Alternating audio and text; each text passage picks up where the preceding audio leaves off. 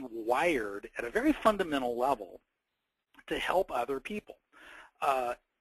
And some of us just aren't. And there's nothing wrong with that. We need individual contributors throughout the organization. We need specialists and technical people and folks who just aren't wired to lead. That's okay. There's nothing wrong with that. So if you've got an employee who you are worried about leaving because they're not going to get a promotion, I think the right thing to do is to simply go to them and say, look, we don't really have a management role for you. However, we don't want to lose you.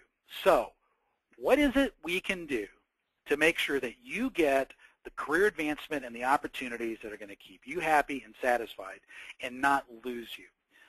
I think that's the kind of conversation that would be most beneficial to both the employee and the organization in that situation.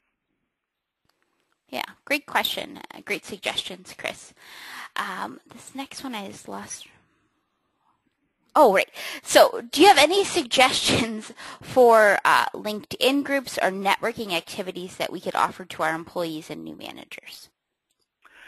Oh, yeah. Actually, there's some pretty good ones. I think some of the HR community is a good place to go. There's a lot of suggestions there about development, and there's a lot of good questions in there about, sort of basic management. The American Management Association has a pretty good LinkedIn group as well. That's another good place to go for newly promoted managers as well. That actually might be the first place I would recommend that they go, is the American Management Association. And then the third type of group to look for would be groups associated with your specific industry. So if you're in telecommunications or whatever the industry is, join groups associated with that and identify yourself. Have your employee identify themselves as a newly promoted manager in telecommunications, whatever. Hey, here's some of the challenges I'm running into. Who's seen this before, and can you